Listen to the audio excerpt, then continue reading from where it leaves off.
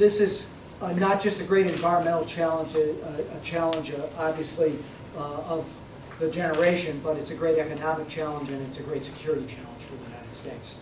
And we need to think about it in that context. The problem of global warming needs to be raised to the top of the agenda.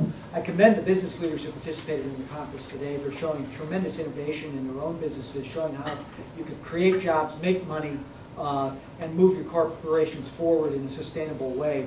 We need that same level of commitment, I think, in the political sphere. We've seen it on a bipartisan basis around the country, from Governor Schwarzenegger in California, Governor Rendell in Illinois, Governor Blagojevich here, to mayors. Chicago leads the world in terms of being able to adapt to sound environmental policies and tackle the problems of climate change at a city level. We see it with Mayor Bloomberg in New York, Mayor Villaraigosa in Los Angeles. People are stepping up to the plate with real leadership, real innovation, and tackling this issue.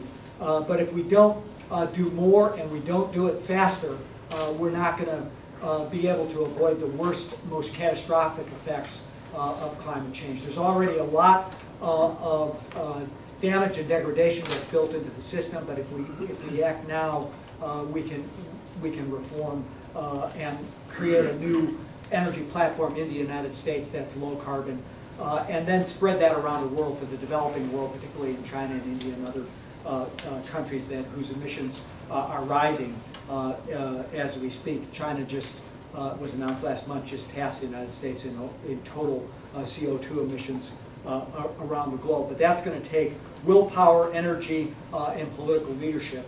And today I think, need a heavy dose of input on that in Washington, D.C., where I live now. I grew up in Chicago, but now live in Washington, D.C.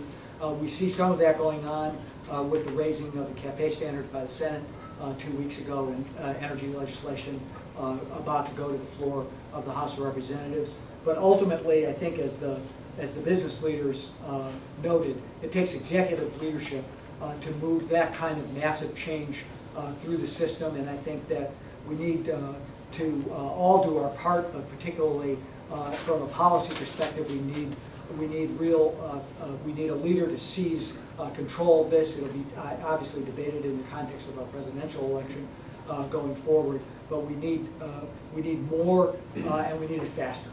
Because without it, the country and the world are gonna slip behind and really deal with the worst of what we might face in 10 to 20 years, not 50 or 100 years, but in your lifetimes, the kinds of challenges from a security perspective that we can hardly even imagine as we stand here today.